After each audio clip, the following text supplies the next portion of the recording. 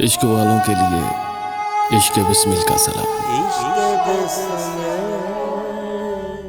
अब तो शहरों से खबर आती है दीवानों की, कोई पहचान ही बाकी नहीं वीरानों की।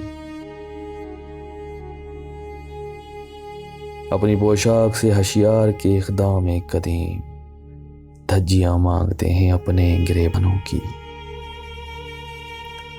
सनतें फैलती जाती हैं मगर उसके साथ सरहदें टूटती जाती हैं गुलिस्तानों की। दिल में वो जख्म खिले हैं कि चमन क्या शय है, घर में बारात सी उतरी हुई गुलदानों की।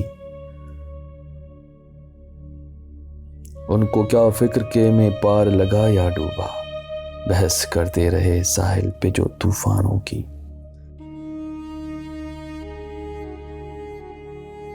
तेरी रहमत तो मस्सम है मगर ये तो बता, कौन बुझी को खबर देता है काशानों की।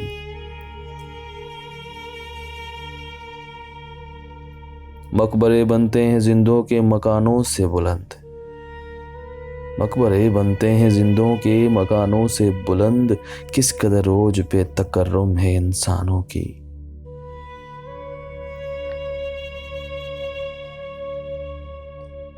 एक एक याद है हाथों पे चरागों से भरे तशत, काबा दिल की फिजा है कि सनम खानों की।